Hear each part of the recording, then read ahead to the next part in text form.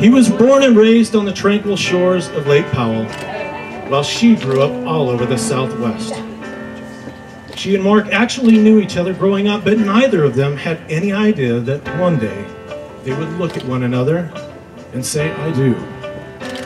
They officially met in 2012 after both of them had returned to Page for the summer, Therese having just graduated from college and Mark having come home to work a summer job at Antelope Point. When asked, "What was the first thing you noticed about her?"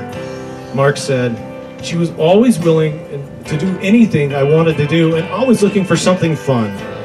I knew I needed to spend more time with her, and it goes without saying that she is absolutely stunning."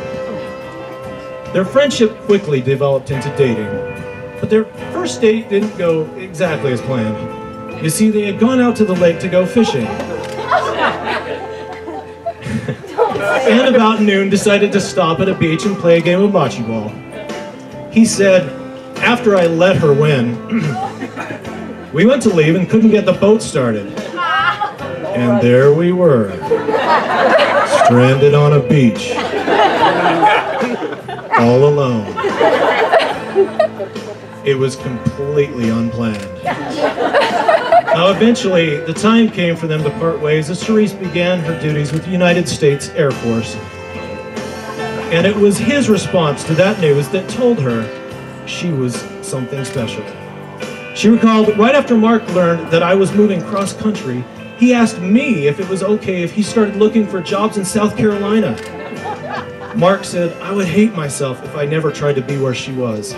I couldn't imagine life without Therese."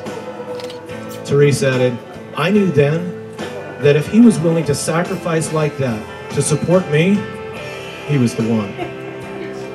Their proposal could not have gone any better. He planned it all out.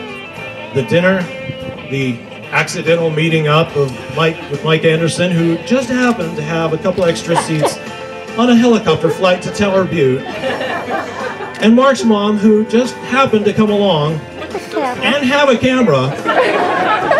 Mark said the only awkward part came when they had ventured out toward the edge to get a better view of the lake, and Therese asked him, "Why is your mom taking so many pictures of us?" It was time.